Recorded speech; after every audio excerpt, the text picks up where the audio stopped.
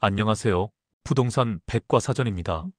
오늘은 올해 하반기에서 내년으로 이어지는 청주시 부동산 전망에 대해서 알아보겠습니다. 부동산 R114 자료에 따르면 2024년 기준 전국 평당 평균 분양가는 2,097만 원으로 집계됐습니다. 불과 몇 년 전인 2021년 1,304만 원 수준이던 것이 2022년 1,520만 원, 2023년 1,804만 원을 거쳐 4년 만에 약 60.8% 상승한 셈입니다. 특히 지방은 올해 처음으로 평당 2천만 원대를 돌파했습니다. 건설 원자재 가격, 인건비 상승 등으로 공사비 부담이 커진 탓입니다. 이런 상황 속에서 금융 혜택을 적극적으로 내건 단지들이 청약시장에서 두각을 나타내고 있습니다. 지금 청주는 단순한 지역 분양 이벤트가 아니라 산업, 교통, 인구 흐름이 만나는 자리에서 수요 검증이 실시간으로 일어나는 도시입니다. 특히 하반기 들어 흥덕권 신축 분양과 사직동 운천동 등 도심 재정비축 그리고 청주 테크노폴리스가 겹치면서 어디에 자금과 사람이 몰리는지 어느 구간이 가격을 방어하거나 끌어올리는지 확인할 수 있는 국면이 열렸습니다. 올해 하반기에만 청주를 중심으로 6,000세대가 넘는 대규모 신규 분양이 예정되어 있고 상반기에는 일부 단지 청약 경쟁률이 100대 1을 넘는 결과가 나오기도 했습니다. 이런 수치는 단순한 열기가 아니라 수요의 결이 바뀌고 있다는 신호입니다. 그래서 오늘은 상반기 시장 흐름, 청약 경쟁률이 높았던 이유, 하반기 공급의 영향, 재건축 택지지구의 장단점, 전세 가율과 매매가의 관계, 그리고 실수요자의 내 집 마련 전략까지 차분하게 이어서 살펴보겠습니다. 상반기 청주 테크노폴리스 인근 단지는 1순위 청약에서 경쟁률 100대 1 이상을 기록했습니다. 이건 우연이 아닙니다. 충북의 1순위 청약 경쟁률은 서울 다음으로 전국 2위. 즉, 청주에 갑자기 열풍이 왔다가 아니라 이미 지역 내부에 안정된 실수요층이 존재해왔고 그 수요가 신축으로 모이고 있다는 의미입니다. 그 중심에는 직주근접형 수요가 있습니다. 청주 테크노폴리스 일대에는 SK하이닉스, LG생활건강, 바이오제약 협력 기업들이 연결되어 있습니다. 여기에 오창, 오송산업벨트의 통근 수요까지 합쳐지면 주거 수요는 단단하게 고정됩니다. 그동안 시장은 가격이 오르냐, 떨어지느냐에만 집중했지만 사람은 일상을 편하게 만들 수 있는 곳으로 움직입니다. 이 흐름이 상반기 청약 경쟁률을 설명해 줍니다. 다음은 흥덕 강서권인 흥덕구 강서동의 청주 롯데캐슬 시그니처 신축입니다. 흥덕구 강서동 청주 롯데캐슬 시그니처는 지하 4층 지상 29층 10개 동 총 962세대 규모로 일반 분양 459세대가 공급되었습니다.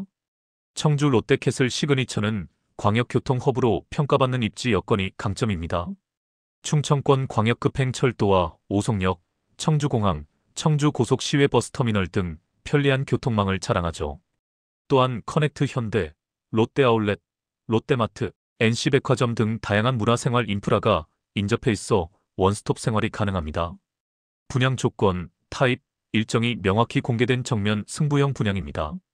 또한 도심 재정비 축에선 두산 위브더 제니스 청주 센트럴파크가 총 1,618세대로 705세대가 일반 분양으로 제공되고 다양한 면적을 선보이며 출격했습니다. 평당 평균 분양가 1,434만 원으로 같은 달 강서동 롯데캐슬 1,447만 원. 대비 소폭 낮춘 가격 전략이 포착됩니다. 특히 근린공원과 인접해 쾌적한 숲세권 주거지역을 자랑하고 있습니다. 또한 청주 테크노폴리스와 산업단지가 가까워 직주 근접성도 우수합니다. 이것은 도심 리뉴얼형 신축이 수요의 대체제로서 기능하고 있음을 보여줍니다. 도심 대형 재개발 청주 센텀 푸르지오 자이도 올해 분양축의 한 축으로 서며 사직동 리뉴얼 벨트의 주거 대체 수요 흡수를 예고합니다. 대우건설과 GS건설이 협업하여 건설하는 2,200세대가 넘는 대형 프로젝트로 길고 길었던 사직 1구역의 재개발이 진행되고 있습니다.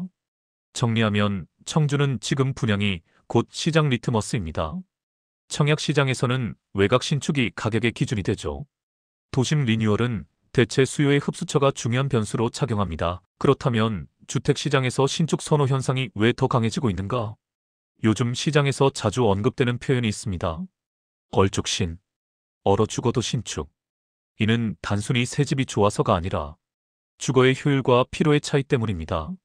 신축 아파트는 방음, 단열, 환기 등 주거 성능이 높고 주차, 커뮤니티, 단지 동선이 정돈되어 있으며 유지비와 관리비 예측이 가능합니다. 즉, 생활 피로가 적습니다. 젊은 세대일수록 주거를 투자 수단이 아니라 일상의 효율을 높이는 도구로 보기 때문에 신축 선호는 앞으로도 쉽게 꺾이지 않습니다. 하반기 공급 6,000세대가 시장에 미치는 영향을 살펴보겠습니다. 청주 외곽에서는 총 4,000세대 규모의 대형 주거 단지가 순차적으로 공급됩니다. 시행사 입장은 명확합니다. 청주는 미분양 재고가 적고 인구 유입이 꾸준하며 실수요 기반이 탄탄하다는 것입니다. 분양 공급이 많다고 해서 바로 시장이 흔들리는 것은 아닙니다. 공급은 많아지지만 수요도 구조적으로 존재합니다.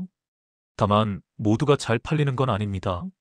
입지, 가격 경쟁력, 단지 규모, 이 세 가지가 정리된 단지는 흡수되고 그렇지 않은 단지는 시간이 걸립니다.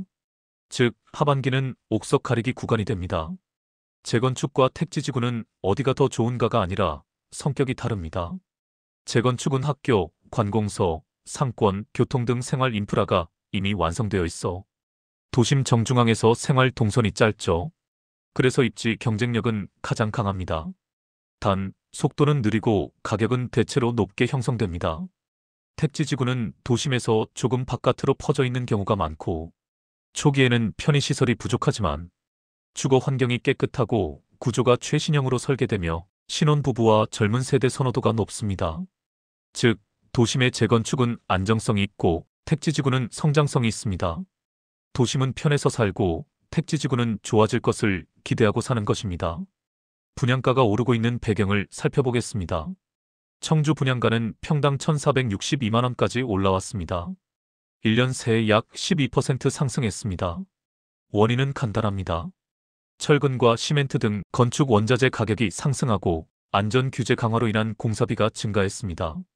이것은 건설사 수익성 감소로 이어지고 곧 분양가로 반영되는 것입니다. 즉, 분양가 인상은 의도라기보다 구조입니다. 분양가는 높아지고 소비자 눈높이도 높아졌습니다. 그 결과 입지, 규모, 단지 설계가 좋은 곳은 완판이죠. 하지만 입지가 애매하고 소형 단지와 가격이 상대적으로 높으면 미분양이 발생합니다. 이게 지금 시장의 현실이자 기준입니다. 다음은 전세 가율입니다. 충북 전세 가율은 약 80% 가까이 상승했습니다. 전국에서도 매우 높은 수준입니다. 이 수치를 어떻게 받아들이느냐에 따라 해석은 달라집니다. 전세 가율이 높다는 것은 매매가가 상대적으로 저평가되어 있다는 의미도 있습니다. 한편으로는 전세 가율이 높으면 깡통 위험도 존재합니다. 둘 다 맞습니다. 그래서 해답은 단순합니다. 전세 보증금의 비중은 줄이고 월세를 반영하는 것입니다. 속칭 반전세라는 것이죠. 즉, 전세 100%는 위험하니 전세 60%, 70%와 월세 일부를 혼합하면 안전합니다. 세입자는 보증금이 곧 리스크입니다. 이번엔 실수요자 전략을 살펴보겠습니다. 실수요자는 시장을 복잡하게 볼 필요가 없습니다. 기준은 단순하고 명확합니다. 시장은 갑자기 좋아지지 않습니다. 하지만 바닥을 통과하는 신호는 이미 나오고 있습니다. 첫째, 전 고점 대비 10% 이상 조정된 단지를 먼저 보는 것입니다. 가격이 떨어진 이유가 수요의 부재가 아니라 시장 조정 국면 때문이라면 그 구간은 이미 위험보다 기회가 더 큰 자리입니다. 둘째, 소규모보다는 대단지를 우선해야 합니다. 대단지는 관리가 안정적이고 전세 회전이 빠르고 생활 편의 시설이 단지 안에서 해결됩니다. 거주 만족도가 오래 유지되는 구조입니다. 셋째, 교통보다 생활 동선을 먼저 봅니다. 출근 시간 5분, 10분의 차이보다 매일 반복되는 장보기, 학원, 병원, 약속의 동선이 훨씬 큰 피로를 결정합니다. 집은 바깥이 아니라 안쪽에서부터 편해야 합니다. 넷째, 전세는 보증금을 낮추고 월세를 병행하는 것이 좋습니다. 전세는 내가 집을 빌리는 것이지만 반대급부로 집주인에게 돈을 빌려주는 것입니다.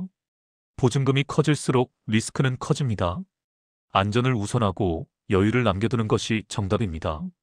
그리고 이 모든 기준을 한 문장으로 정리하면 이렇습니다. 내가 매일 살아가는 동선이 편한가? 이 질문에 네라고 답할 수 있다면 그 집은 지금이든 나중이든 오래 버틸 수 있는 집입니다. 결론을 마무리하겠습니다. 시장은 갑자기 좋아지지 않습니다. 하지만 회복은 항상 먼저 사람의 움직임에서 시작됩니다.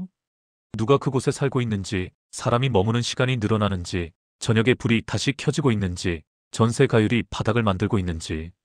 이 네 가지가 변하고 있다면 그 지역은 이미 조용한 회복 초입에 들어선 것입니다.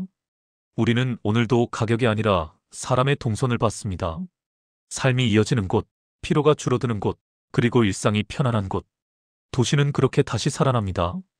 그리고 그 변화는 크게 소리내지 않지만 분명하게 나타납니다. 이상 부동산 백과사전이었습니다. 구독, 좋아요 감사합니다.